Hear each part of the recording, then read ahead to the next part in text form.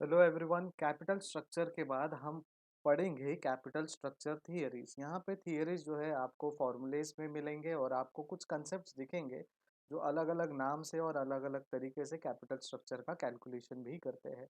तो आइए देखते हैं क्या है कैपिटल स्ट्रक्चर के थियरीज। एक है नेट इनकम अप्रोच, ठीक है, एंड दूसरा है net operation income approach, and then traditional approach and Modigliani and Miller approach. तो ये अप्रोच जो है आपको प्रैक्टिकल्स में भी दिखेंगे और आपको थियरीज शॉर्ट नोट्स में बेसिकली ये सारे अप्रोचेस को पूछा जाता है। और इस अप्रोचेस को एक्चुअली शॉर्ट नोट्स में प्लस ट्रू और फॉल्स में प्लस ऑब्जेक्टिव टाइप क्वेश्चंस में भी बहुत ज़्यादा पूछा जाता है। तो देखते हैं नेट इनकम थियरीज क्या है। नेट इनकम थियरी का शॉर्ट फॉर्म है NI theory. This theory suggested by David Durand. ठीक है, तो कहीं अगर आपको पता चले या किसी ने बोला कि what is the net income theory of David Durand, तो आप कंफ्यूज नहीं होना, आपको ये नाम याद रखने के लिए मैंने यहाँ पे इंफॉर्मेशन दे रखी है। According to this approach, the value of the firm is increase and decrease overall cost of capital by increasing the proportion of debt financing in capital structure. So ये approach क्या करता है, वैल्यू ऑफ द फर्म जो है, ठीक है, वो increase करता है डिक्रीज करता है ओवरऑल कॉस्ट ऑफ कैपिटल। ठीक है, कैसे? By increasing the proportion of debt financing in capital structure. तो डेट कैपिटल जब बढ़ जाता है तो हमारा ओन्ड फंड जो है कहीं ना कहीं वो रेशियो चेंज हो जाता है। अगर आप समझिए आपके पास 100 करोड़ रुपए आपके ओन्ड फंड्स है लेकिन आपने 300 करोड़ रुपए बोरो किए, तो रेशियो जो है 3 गुना बढ़ जाता है डेट फाइनेंसिंग में। ठीक है, तो वैल्यू जो है फर्म का उस हिसाब से वो कॉस्ट ऑफ कैपिटल चेंज हो जाता है। It is due to the fact that debt is generally a cheaper source of finance because, ठीक है, अब ये बोल रहा है कि जो डेट है वो generally cheaper source of finance है। क्यों? नॉर्मली हम लोग लोन लेने के लिए नहीं जाते, हम कतराते हैं, हम ये सोचते हैं कि जितना हम लोन से दूर रहे उतना बेटर है, उतना फायदेमंद है। लेकिन ये डेविड डुरांट क्या कहते हैं कि ये जो है जनरली बहुत चीपर सोर्स ऑफ फाइनेंस है because interest rates are lower than the dividend rates. तो इंटरेस्ट अगर आपको किसी को देना है तो वो कंपेरेटिव टू डिविडेंड लोअर है। हो सकता है क्योंकि आपके लाखों शेयर होल्डर्स है लेकिन आपका जो बोरोवर है, आपने जहाँ से बोरो किया है वो तो एक ही इंसान है, एक ही ऑर्गेनाइजेशन है। ठीक है, तो उनके हिसाब से कहना है कि रेट ऑफ इंटरेस्ट जो है वो कंपेयर टू डिविडेंड लो है। Benefit of tax because interest is deductible expenses. Okay, तो टैक्स डिडक्ट भी होता है क्योंकि डिविडेंड जो है, सॉरी, इंटरेस्ट जो है वो टैक्स के लिए डिडक्ट भी कर सकते हैं, मतलब टैक्स में भी हमें फायदा मिलता है। इसके कुछ एजम्पशंस हैं लेकिन, so assumptions of net income approach are the cost of debt is lower than cost of equity. जो कॉस्ट है डेट लेने के लिए यानी खर्चा जो है बोरो करने के लिए बहुत कम है as compare to equity share holders या फिर कॉस्ट ऑफ इक्विटी। क्यों?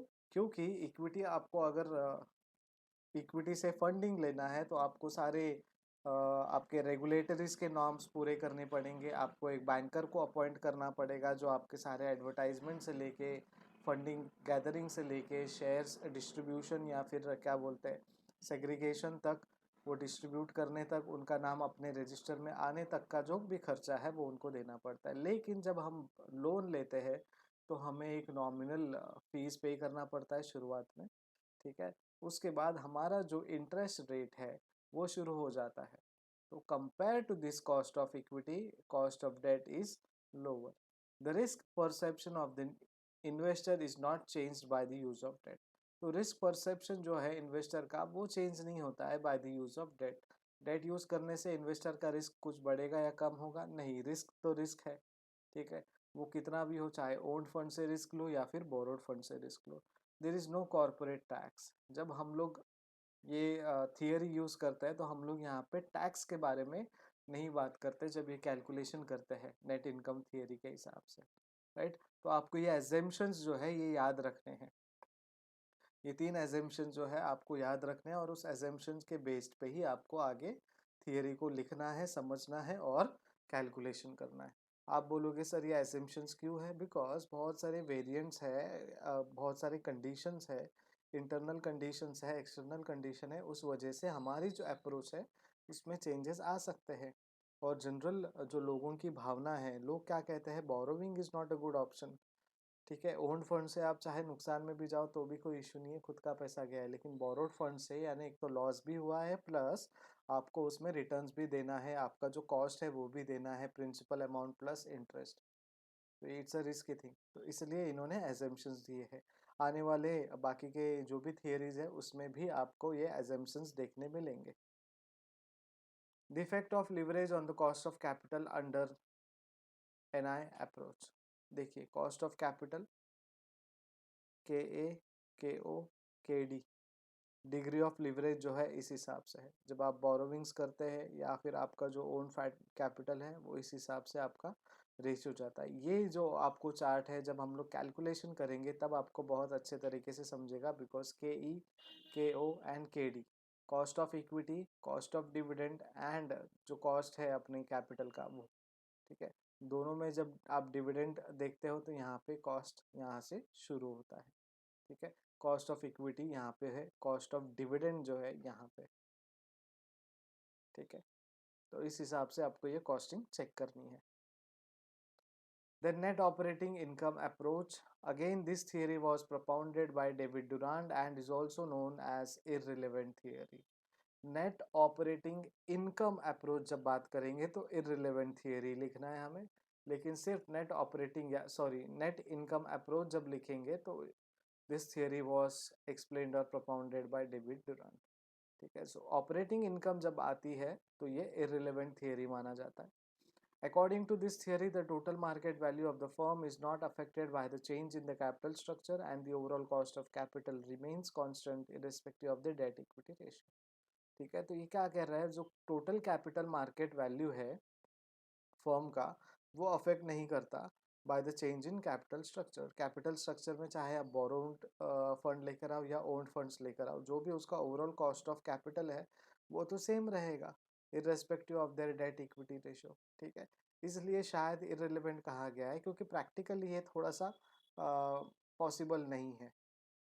देन अगेन इसमें भी assumptions है, the market capitalizes the value of the firm as a whole, thus the split between debt equity is not important. तो market जब capitalize आप करते हो तो बोरोड एंड ओन्ड फंड्स यानी डेट एंड इक्विटी जो है दोनों का मिलान, दोनों का एडिशन जो है उसका आप अमाउंट बताते हो, ना कि उसका बाइफर्केशन। सो ये इम्पोर्टेंट नहीं है कि डेट कितना है और इक्विटी कितना है।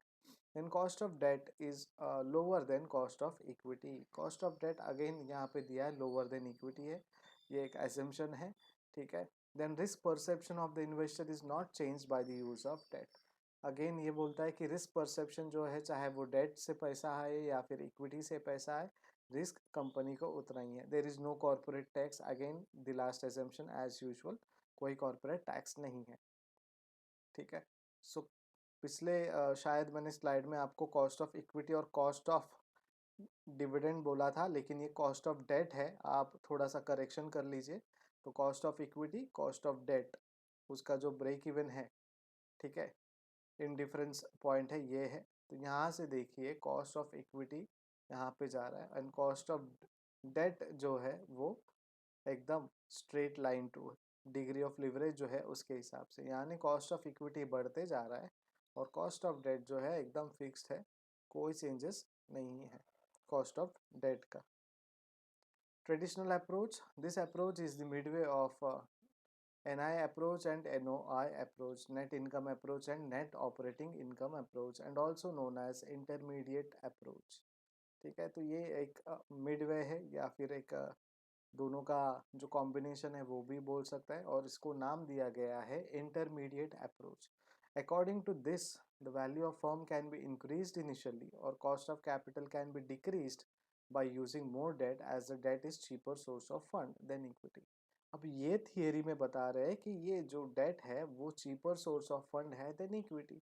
इसलिए शायद बहुत सारे लोग क्या करते हैं, मार्केट से एक पर्सनल लोन उठाते हैं और वो क्या करता है उसी पर्सनल लोन से शेयर मार्केट में इन्वेस्ट करते हैं पैसा, एंड देन 1 साल 2 साल में वो पैसा पूरा रिटर्न लेते हैं, जितना उन्होंने लोन लिया वो रीपे करते हैं, एंड देन उसके बाद उनका जो एक्चुअल फंडिंग है उससे वो शेयर मार्केट में फिर से इन्वेस्ट करते हैं। इसीलिए जो लोन है, बोरोविंग है, नॉर्मली जनरल पीपल जो है, चाहे वो गवर्नमेंट सैलरीड क्यों ना हो, उनको लगता है कि debt is a very costly thing, but according to theories debt is a cheaper source of funds.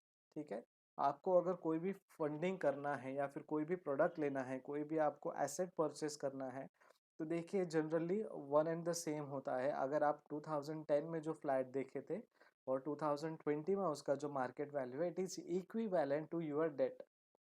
2010 में अगर आपने लोन लिया है तो उसका जो टोटल अमाउंट पड़ता है प्रिंसिपल प्लस इंटरेस्ट अमाउंट, वही अमाउंट आज मार्केट वैल्यू है, राइट। सो बेसिकली डेट जो है वो चीपर है source of fund than compare to equity. After that optimum capital structure can be reached by proper debt equity mix. तो ये जो कैपिटल स्ट्रक्चर है वो भी ऑप्टिमली रीच हो जाता है proper debt equity market debt equity mix से। But after a particular point, if the proportion of debt is increased, then the overall cost of capital start increasing and market value begin to decline. ठीक है, तो एक certain point के बाद जब debt increase हो जाता है, बोरोविंग बढ़ते जाता है, तो हमारा जो कॉस्ट ऑफ कैपिटल है वो बढ़ते जाता है और हमारा जो मार्केट वैल्यू है वो डिक्लाइन होते रहता है। ये है ट्रेडिशनल अप्रोच, जहाँ पे वो कहते हैं कि debt is cheaper than equity, यानी cheaper source of fund than equity funding. ठीक है, और ये भी कहते हैं कि जैसे जैसे डेट बढ़ते जाता है वैसे वैसे कॉस्ट ऑफ कैपिटल भी इंक्रीज होते जाता है एंड मार्केट में हमारा जो ओवरऑल वैल्यू है वो डिक्लाइन होने लगता है। देखिए स्टेज 1, स्टेज 2, स्टेज 3, मोस्टली हमें ये कैलकुलेशंस करते टाइम पता चलेगा क्या है। स्टेज 1 में हमारे पास यहाँ से cost of equity and cost of debt यहाँ से चालू होता है। तो जैसे आप डेट लेते हो, ठीक है, पिछले दो और जब अप्रोचेस हमने देखे थे तो एकदम फ्लैट था, बट यहाँ से देखिए आपका जो कॉस्ट है वो बढ़ते जा रहा है, बढ़ते जा रहा है, बढ़ते जा रहा है। Next, final theory, Modi Gilani and Miller approach. They have given two approaches. एक, in the absence of corporate tax and second, when corporate taxes exist. तो ये थोड़ा बहुत प्रैक्टिकली है, जहाँ पे आपको कॉर्पोरेट टैक्स नहीं लग रहा है तो उस हिसाब से क्या अप्रोच है, और जहाँ पे आपको कॉर्पोरेट टैक्स लग रहा है तो उस हिसाब से क्या अप्रोच आपको देखना है। एजम्पशंस भी दिए इन्होंने, capital market are perfect, capital market में कोई चेंजेस नहीं है, कोई गवर्नमेंट नए रूल्स एंड रेगुलेशंस नहीं ला रहा है, आपका इंटरनल फैक्टर और एक्सटर्नल फैक्टर एकदम इंटैक्ट है, कोई डिस्टर्बेंस नहीं है बिजनेस में। होमोजेनियस रिस्क क्लास है फॉर्म का, ठीक है, एकदम होमोजेनियस रिस्क है, उसमें कोई बाइफर्केशन नहीं कि प्रायोरिटी है। ठीक है, then expectation about the net operating income जो है वो भी ठीक ठाक है। ठीक है, देन 100% पे आउट रेशियो, जो भी आपका पे आउट है 100% पे आउट है, आपका कोई सेविंग्स एंड एक्यूमुलेशन नहीं है। नो कॉर्पोरेट टैक्स, अब ये जो एसेम्पशन है यहाँ पे उन्होंने बोला है no corporate tax. In the absence of corporate tax, according to this theory, total value of firm must be constant irrespective of degree of leverages, that is debt equity ratio. This can be justified by arbitrage process. So theory क्या करता है, total value of firm जो है must be constant है, ठीक है, वो constant रहना चाहिए irrespective of degree of leverages, चाहे वो आप डेट इक्विटी रेशियो कुछ भी रखे, लेकिन फर्म का जो टोटल वैल्यू है वो इंटैक्ट या कांस्टेंट है। ठीक है, this can be justified by arbitrage process, एक आर्बिट्रेज प्रोसेस है, उस हिसाब से वो जस्टिफाई करेंगे। This approach is similar to the net operating income approach when taxes are ignored.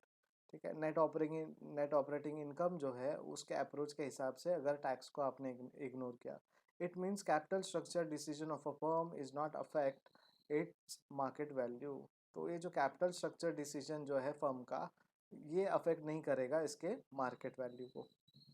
अब जब corporate tax are assumed to exist, according to this value of the firm increase and cost of capital decrease. So value जो है firm का वो increase हो जाता है and cost of capital जो है वो डिक्रीज हो जाता है with use of debt if corporate taxes are consider. क्यों कॉर्पोरेट टैक्स की वजह से हमारा जो कैपिटल है, कॉस्ट ऑफ कैपिटल है, डिक्रीज हो जाता है? बिकॉज हमें एग्जेम्पशंस मिलते हैं। This is because of benefit of tax, because interest on tax is deductible expenses. जो भी एक्सपेंडिचर होता है, जो भी हम पे करते हैं इंटरेस्ट, उस पर हमें कहीं ना कहीं डिस्काउंट या डिडक्शंस मिल जाता है गवर्नमेंट को जब टैक्स पे करते हैं तब।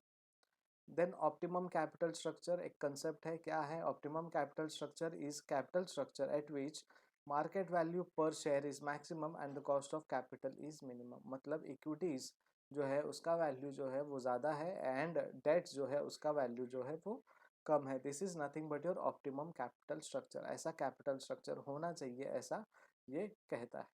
Quality of sound capital structure, capital structure कैसा होना चाहिए, एकदम साउंड होगा तो उसमें क्या क्या पॉइंट्स होंगे, इंग्रेडिएंट्स होंगे। एक तो सिंप्लिसिटी होगी, ठीक है, एकदम सिंपल कैपिटल स्ट्रक्चर होगा। फ्लेक्सिबिलिटी होगी, ठीक है, इक्विटी एंड डेट मिक्स में।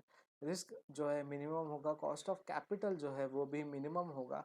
एंड लिक्विडिटी, सफिशिएंट लिक्विडिटी होगी, जब भी आपको चाहिए आप पैसा विड्रॉ करके अपने किसी और काम के लिए यूज़ कर सकते हो। कंट्रोल जो है ऑर्गेनाइजेशन का रिटेन रहेगा। एंड अननेसेसरी रिस्ट्रिक्शन जो है वो अवॉइड कर सकता है, बिकॉज बोरोइंग ज़्यादा होंगे तो रिस्ट्रिक्शंस बढ़ते जाएगा।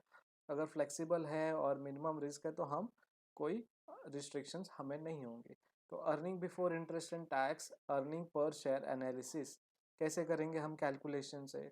ई B I T minus I whole bracket, then I minus T, then minus P D divided by n.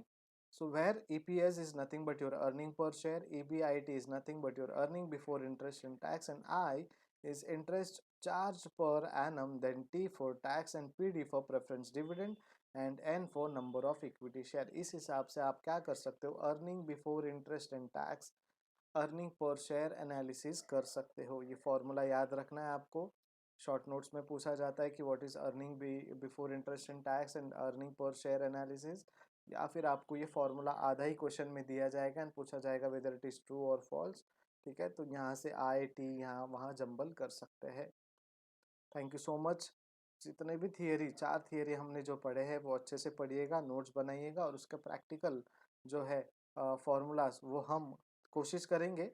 ठीक है, लेकिन पहले थियरी हम लोग आगे बढ़ते जाएंगे एंड देन एक वीडियो सेशन हम करेंगे प्रैक्टिकल्स के लिए, अलग अलग जैसे जैसे हमें कंटेंट मिलते जाएगा। ठीक है, thank you so much, keep watching and keep studying. अगर अभी तक सब्सक्राइब नहीं किया है तो सब्सक्राइब करें, दोस्तों को भी बोले कि सर बहुत अच्छा पढ़ाते हैं, सब्सक्राइब कर दे, सर को थोड़ा मोटिवेशन मिल जाएगा। Thank, bye bye, take care.